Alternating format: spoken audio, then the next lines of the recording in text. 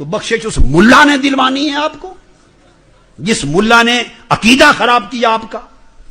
میری بات سمجھیں، جو دو چار کچی پکی روٹیاں پڑے ہوئے ملا، جس کو دو چار لفظ رٹے گئے ہیں، اس نے بخشش لے کے دینی ہے. ارے اللہ تو کہتا ہے آ کے میرے محبوب کے پاس معافی مانگو اور بخشش مصطفیٰ لے کر دے گا، ملا نہیں لے کر دے گا. جو کہتے ہیں نا حضور کی زیارت کی نیت سے نہیں جانا چاہیے، وہ ایک زیارت سے نہیں روکتے، وہ آقا کی بارگاہ میں سوال کرنے سے روکتے ہیں، حضور کے توسل سے روکتے ہیں، آقا کی شفاعت سے روکتے ہیں، بڑی نعمتوں سے روکتے ہیں. یہ ایک بہانہ، ایک ٹائٹل ہے. آپ داخل ہوئے مسجد باب جبریل میں، دو راستے ہیں، مسجد نبوی بھی ہے اور دور رسول بھی ہے. اللہ نے کہا تھا جاؤ کا نہیں، روزے پر جاؤ، اور ملا نے کہہ دیا ادھر نہیں ادھر مسجد نبوی میں جاؤ، اسی کی نیت سے جاؤ. یہی یہ جو فکر ہے قرآن کا باغی بن گیا. اب حافظ ابن کثیر کو کوٹ کر رہا ہوں، یہ علامہ ابن تیمیہ کے سب سے بڑے شاگرد. اب ان کے شاگرد نے بھی اپنے استاذ کا مذہب اس مسئلے میں نہیں اپنایا، تو آپ کیا لیے پھرتے ہیں؟ آپ علامہ ابن تیمیہ کو اب کیوں کوٹ کرتے ہیں؟ ان کے شاگرد نے ان کا یہ موقف اور مذہب نہیں اپنایا. آپ حافظ ابن کثیر سے بڑے لوئل تو نہیں ہے نا علامہ ابن تیمیہ کے، ان سے بڑے وفادار تو نہیں. اب حافظ ابن کثیر تفسیر ابن کثیر میں اس آیت کے تحت جو میں نے پڑھی، آیت سورہ نساء verse number 64 and chapter number 4، اس میں امام ابن کثیر لکھتے ہیں اس آیت کی تفسیر میں یرشد اللہ تعالی العصاة والمذنبین اذا واقع منہم الخطأ والعصیان ان یأتوا الی الرسول ویستغفر اللہ عندہ ویسألوہ ان یستغفر لہم فإنہم اذا فعلوا ذلك تاب اللہ علیہم. یہ حافظ ابن کثیر نے لکھا ہے، یہ میری تفسیر نہیں ہے. ابن تیمیہ کے فتویٰ کو لیے پھرتے ہیں، چاٹتے پھرتے ہیں. علامہ ابن تیمیہ بہت بڑے عالم ہیں، مگر غلطیاں بھی ہوتی ہیں عالموں سے، خطائیں بھی ہوتی ہیں. یہ کیا بات ہوئی؟ اب حافظ ابن کثیر نے لکھا کہ اس آیت میں اللہ تعالی گناہگاروں کو حکم دے رہا ہے، پوری امت کے گناہگاروں کو، عصاة و مذنبین کو، معصیت کاروں اور گناہگاروں کو حکم دے رہا ہے، ہدایت فرما رہا ہے کہ اگر ان سے خطا ہو جائے، اگر ان سے گناہ سرزد ہو جائیں تو ان یاتوا الی الرسول، وہ جہاں بھی ہیں رسول پاک کے پاس آئیں. حکم تو یہ ہے کہ رسول پاک کے پاس آئیں تاکہ معافی ملے، اور نیت رسول پاک کے پاس جانے کی نہ کریں. تو بخشش اس ملا نے دلوانی ہے آپ کو، جس ملا نے عقیدہ خراب کیا آپ کا. میری بات سمجھیں، جو دو چار کچی پکی روٹیاں پڑے ہوئے ملا، جس کو دو چار لفظ رٹے گئے ہیں، اس نے بخشش لے کے دینی ہے. ارے اللہ تو کہتا ہے آ کے میرے محبوب کے پاس معافی مانگو اور بخشش مصطفیٰ لے کر دے گا، ملا نہیں لے کر دے گا. ملا نے تو اللہ کے بتائے ہوئے راہ سے ہی ہٹا دیا آپ کو. اللہ نے کہا تھا کہ جاؤ کا میرے حبیب کے پاس جاؤ. آپ داخل ہوئے مسجد باب جبریل میں، دو راستے ہیں، مسجد نبوی بھی ہے اور دور رسول بھی ہے. اللہ نے کہا تھا جاؤ کا نہیں، روزے پر جاؤ، اور ملا نے کہہ دیا ادھر نہیں ادھر مسجد نبوی میں جاؤ، اسی کی نیت سے جاؤ. یہی یہ جو فکر ہے قرآن کا باغی بن گیا.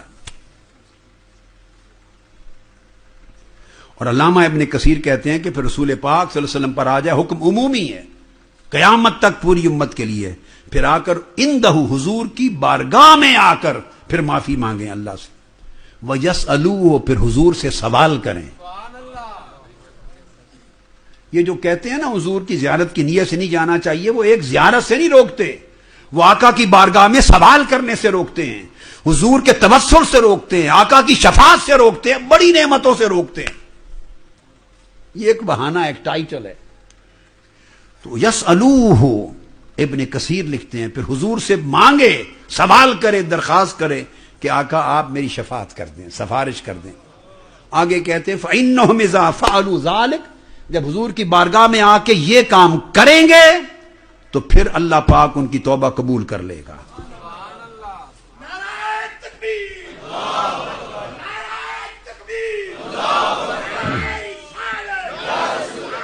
اب یہ لکھ کر، اس لیے حافظ ابن کثیر آگے لکھتے ہیں حضور کی سفارش کروائیں گے تو اللہ توبہ قبول کر لے گا.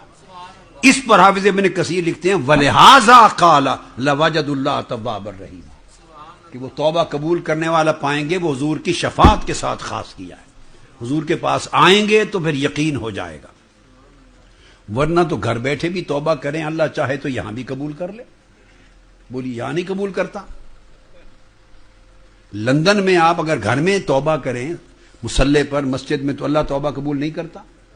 افریقہ میں بیٹھ کے کریں، امریکہ میں کریں، پاکستان میں کریں، گھر میں کریں، مسجد میں کریں، کہیں کریں، اللہ نہیں توبہ قبول کرتا.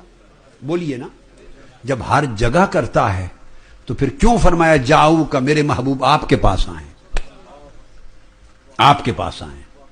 اب ایک سوال پیدا ہوا نا ذہن میں، وہ تو ہر جگہ توبہ قبول کرتا ہے تو پھر آقا کی بارگاہ میں کیوں بھیجا؟ یہ نیت کر کے جاؤ کہ حضور کی طرف جا رہے ہیں. اس کا کوئی ریزن ہوگا، آؤ وہ ریزن سمجھا دوں. پوری روئے زمین پر جہاں بیٹھ کر توبہ کریں، اس کا حکم یہ ہے وہ مالک ہے، مرضی قبول کر لے مرضی نہ کرے. وہ مالک ہے، مرضی اس کی قبول کر لے مرضی نہ کرے، ڈیپینڈ کرتا ہے اس کی اپنے منشا پر. وہ مالک ہے. یہ ہے جہاں بھی توبہ کریں تو اللہ کا قبول کرنا اس نے اپنے اوپر واجب نہیں کیا. وہ قبول کر لے، چاہے ہم نماز پڑھیں چاہے قبول کر لے چاہے نہ کرے. وہ نیتوں کی بات کر رہا تھا نا. یہ ہے ہر جگہ بیٹھ کے توبہ کرنے کا معنی. اور جو بیجا جاؤ کا میرے محبوب کے پاس آؤ، وہاں فرمایا لَوَجَدُ اللَّهَ، یقیناً اللہ توبہ قبول کر لے گا. اگر میرے مصطفیٰ کی بارگاہ میں آ کر معافی مانگیں گے، اور اگلی شرط ہے کہ میرا مصطفیٰ بھی سفارش کر دیں تمہارے لیے، تو لَوَجَدُ اللَّهَ تاکید، تو پھر یقیناً اللہ کو وہیں پا لیں گے توبہ قبول کرتا اور رحم کرتا. تو یہاں اور وہاں کا فرق یہ ہے، توبہ یہاں سے بھی قبول کرتا ہے مگر چاہے قبول کرے یا نہ کرے. مگر در رسول پر جا کر معافی مانگیں اور حضور سے درخواست کر دیں آقا خدا کے لیے میری سفارش کر دیں، اور حضور لب ہلا دیں، اللہ کہتا ہے مجھے اپنی عزت کی قسم میں توبہ قبول کیے بغیر بھیجتا ہی نہیں.